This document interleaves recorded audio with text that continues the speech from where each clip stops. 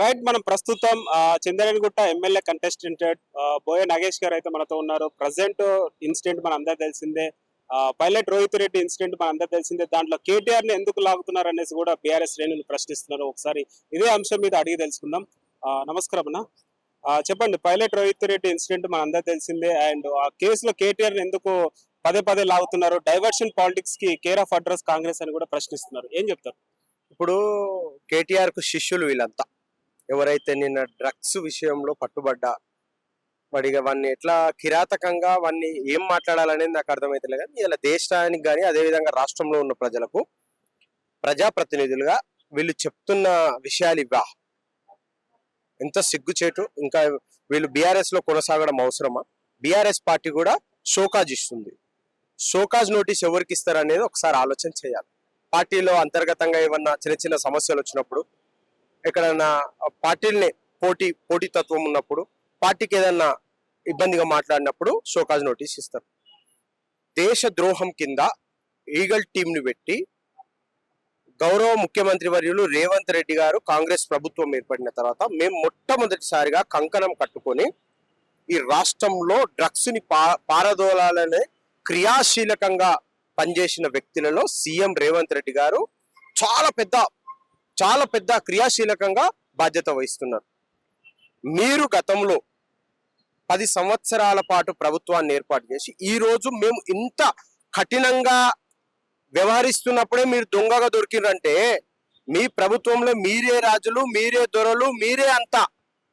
ఆ రోజులలో మీరు ఎన్ని వేషాలు వేసి ఉండొచ్చు, ఎంత డ్రగ్స్ తీసుకొని ఉండొచ్చు, ఇలా ప్రజలందరూ కూడా చూస్తా ఉన్నారు. అది కాకుండా వాళ్ళ గురువు ఎవరైతే కేటీఆర్ గారు ఉన్నారో ఖచ్చితంగా రక్త నమూనా చేసుకోవాల్సిందే.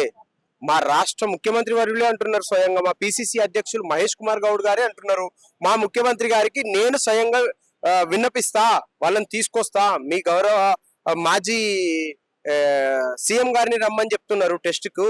ఎందుకు సిద్ధంగా లేరు? ఒకవేళ మీరు చెయ్యలేదు అనుకుందాం, ఎందుకు రారు? మీరు డ్రగ్స్ తీసుకోలేదు అనుకుందాం, ఎందుకు మీరు టెస్టులకు సహకరించరు? మేము నికాసుగా ఉన్నాము, నిబద్ధతతో ఉన్నాము, క్రమశీలంగా ఉన్నాము, క్రమశిక్షణగా ఉన్నాం కాబట్టి మేము చేస్తా అంటున్నాం. మీకేదో భయం ఉండే కదా. గతంలో వైట్ కాలర్ పిలుపునిచ్చింది మా గవర్నమెంట్, మా ముఖ్యమంత్రి వర్యులు. మరి ఆ రోజు మీరు ఎందుకు రాలేరు? దొరుకుతారు అనే కోణంలోనే మీరు రాలేరు. మేము స్వాగతించినాం, మీరు దాన్ని వ్యతిరేకించిండ్రు. ఈ రోజు ఫామ్ హౌస్లు కట్టుకొని ప్రజలను ఆదుకునే మీరు ఈ విధంగా చేస్తే, మీరు దేశంలో ఉన్న ప్రజలకు అదేవిధంగా రాష్ట్రంలోనే ఉన్న ప్రజలకు సిగ్గుండాలి. అదే ఈరోజు కాంగ్రెస్ పార్టీలు ఎవరైనా చేసి ఉంటే ఈ నా కొడుకులు గుడ్డలు శరీరం మీద ఉండకుండా ఈ రోజు రోడ్ల మీద చేసేటోళ్ళు. కానీ మేము అట్లా చేయం. చిత్తశుద్ధితోని, క్రమశిక్షణతోని, నికాసుగా, నిబద్ధతతోని మేము పార్టీని నడిపిస్తా ఉన్నాం. బిడ్డ, మీకు సిగ్గు, శరం, లజ్జ, మానం, మర్యాద ఉంటే రోహిత్ రెడ్డి గారిని ఇమ్మీడియట్లీ సస్పెండ్ చేసి పారదంగాలి నా కొడుకుని. అదేవిధంగా ఎన్కౌంటర్ చేయాలి. డ్రగ్స్ అనేది చాలా పెద్ద. ఈరోజు చిన్న పిల్లలకు, రాష్ట్రంలో ఉన్న చిన్న పిల్లలకు గత 10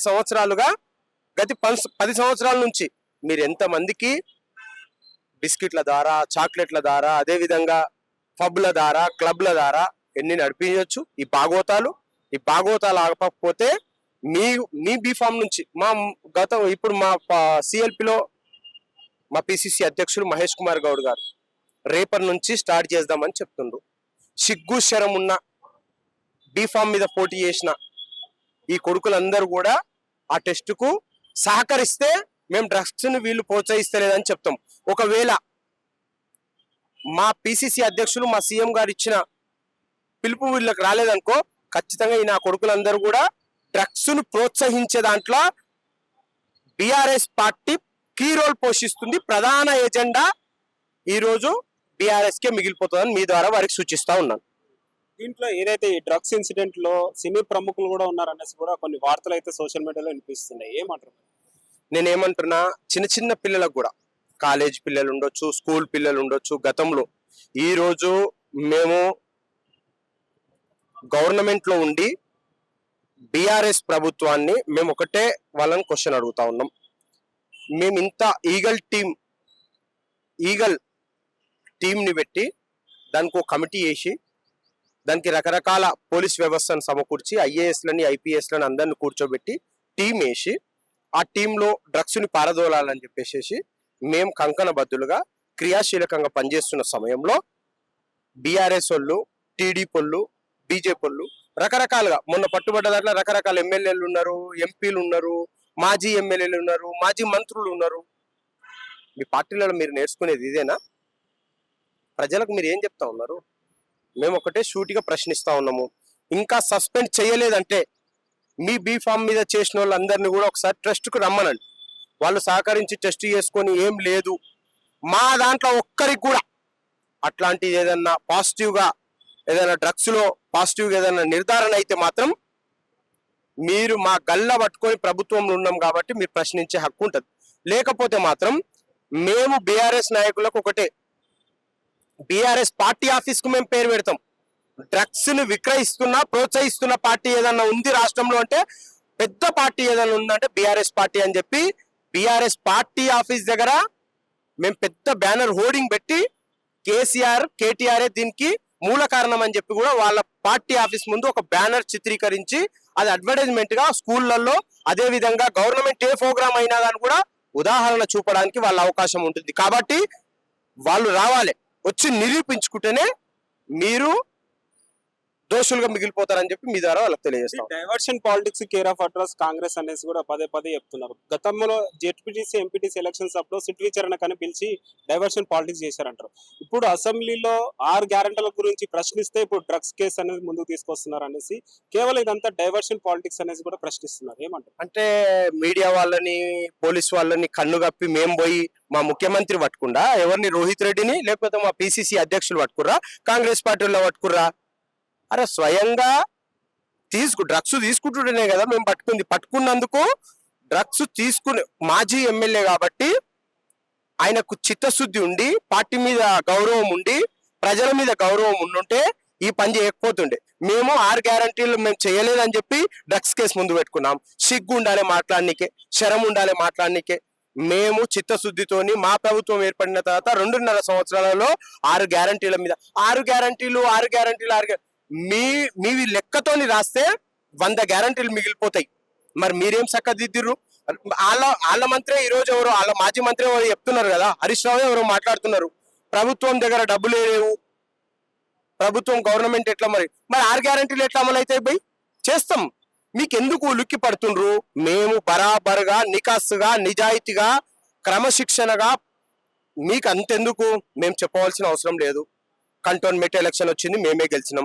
జూబ్లీహిల్స్ ఎలక్షన్ వచ్చింది, కాంగ్రెస్ పార్టీ గెలిచింది. అదే విధంగా సర్పంచ్ ఎలక్షన్ వచ్చినాయి, మేమే గెలిచినాం. మొన్న మున్సిపల్ ఎన్నికలు వచ్చినాయి, మేమే గెలిచినాం. ఇంకేంది భయ్? ప్రజలలో మేము గ్రీన్ జోన్ లో ఉన్నాము, మీరు రెడ్ జోన్లకు, మళ్ళీ రెడ్ నుంచి ఇంకా రెడ్ జోన్లకు పోయిండ్రు. మీరు అది ఆలోచన చేసుకోరు. మీ స్థితిగతులే బాగలేవు. ఒకరేమో లిక్కర్ కేసులో దొరుకుతారు, ఒకరేమో డ్రగ్స్ కేసులో దొరుకుతారు, ఒకరేమో లంగదందలల్లా, ఒకరు హైడ్రా కేసులల్లా. మీకు అసలు మాట్లాడనీకి అసలు టైం, సిగ్గు శరం ఈ టైంలో మాట్లాడనికే అసెంబ్లీకి ఏదో వచ్చిరు టైం పాస్ గా మాట్లాడుతారు. నికాస్గా ఈ రోజు కూడా చెప్తున్నాం, మా గవర్నమెంట్ లో మేమేదన్నా తప్పు మాట్లాడుంటే, మేమేదైనా ఈ 2 సంవత్సరాల తప్పు చేసి ఉంటే ఎత్తి చూపండి, మా కాలర్ పట్టుకొని అడగండి. ఆ దమ్ము ధైర్యం మీకు లేక మీరు పైలట్ రోహిత్ రెడ్డిని డ్రగ్స్ విషయంలో ఇదంతా మేము చేస్తున్న అభివృద్ధిని పక్కకు పట్టాలని చెప్పి మీరు డ్రగ్స్ కు ప్రోత్సహించే వ్యక్తులుగా ఈ రోజు మిగిలిపోతా ఉన్నారు. పార్టీ ఫిరాయింపుల మీద స్పీకర్ అన్యాయం చేశాడు అనేసి కూడా ప్రశ్నిస్తున్నారు బీఆర్ఎస్ శ్రేణులు. ఏమంటారు? మేము 10 సంవత్సరాలు వీళ్ళు పెట్టిన ఇబ్బందులకు బాగా గురైపోయినాము.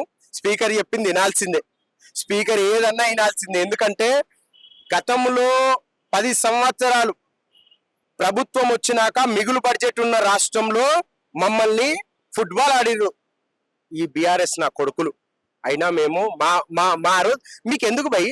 మా 11 మంది ఎమ్మెల్యేలు ఆ రోజు తీసుకున్నప్పుడు మేము ఉలిక్కి పల్లె 3-4 పెట్టుకొని మేము ఇలా రాష్ట్రాన్ని తెచ్చుకున్నాం. రాష్ట్రంలో కాంగ్రెస్ ప్రభుత్వాన్ని ఏర్పాటు చేసుకున్నాం. అది మా చిత్తశుద్ధి, అది మా గౌరవం, అది మాకున్న ప్రజల మీద అభిమానం, అది మా ప్రజలకు కాంగ్రెస్ పార్టీకి ఉన్న అభిమానం.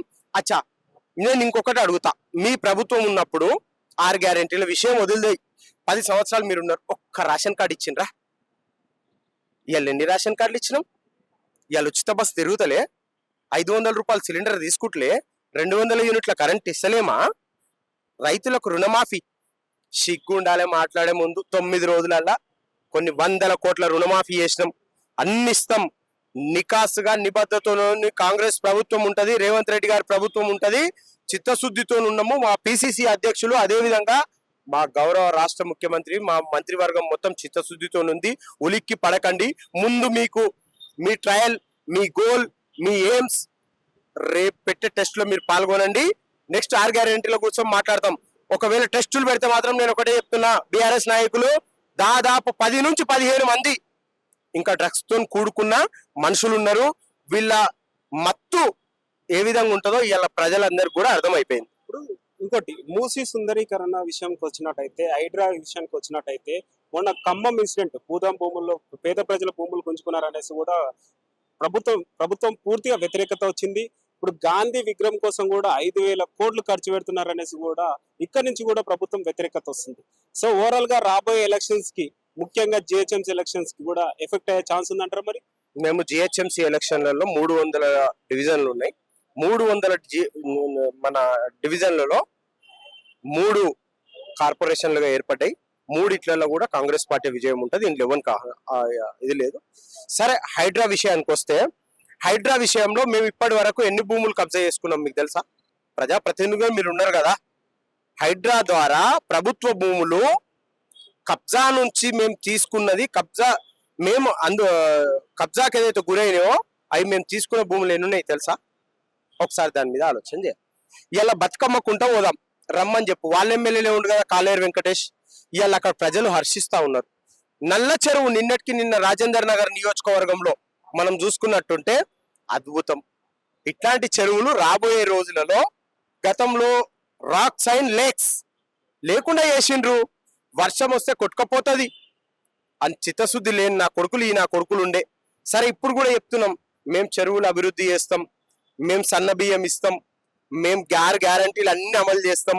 కానీ మీకు ఒకటే మేము సవాల్ చేస్తున్నాము, మేమేదైతే మూసీ సుందరీకరణ కోసం అభివృద్ధిలో పాల్గొంటున్నామో మీరు కూడా ఒక రోజు రండి. ఏదైతే మూసీ అభివృద్ధి కోసం మేము ఒక ప్రణాళిక చేసుకున్నామో, ప్రణాళికకు ప్రతిపక్షాల అందరిని పిలిస్తే వీళ్ళ కథ ఏందో ప్రజలకు తెలిసిపోయింది. మూసీ సుందరీకరణ దేశంలోనే హైదరాబాద్ ని ఒక చిత్రపటంలో పెట్టాలనేది గౌరవ ముఖ్యమంత్రి గారి కోరిక.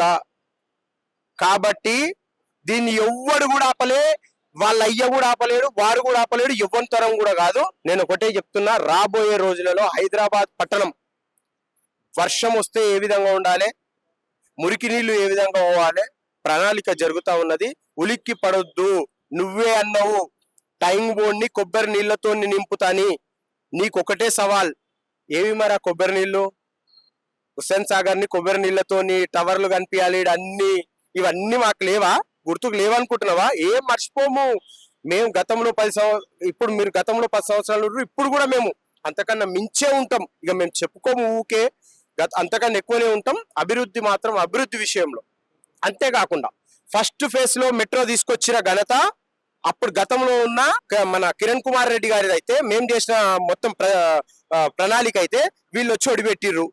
ఇప్పుడు కూడా సెకండ్ ఫేజ్ సిబిఎస్ నుంచి చంద్రాయన్గుట్ట నా నియోజకవర్గానికి గౌరవ ముఖ్యమంత్రి వర్యులు చిత్తశుద్ధితో రండి. కళ్ళు కనపడకపోతే ఒక బస్సు పెడతాం, బస్సులో వచ్చి పాత బస్సుని ఒక్కసారి వీక్షించండి. ఉస్మానియా హాస్పిటల్ శవాలని ఎలుకలు కొరికేస్తుండే, ఈ రోజు ఎట్లుంది పోయి చూడండి. ఎవడిపై మీకు ఎవడు నేర్పిస్తుండు?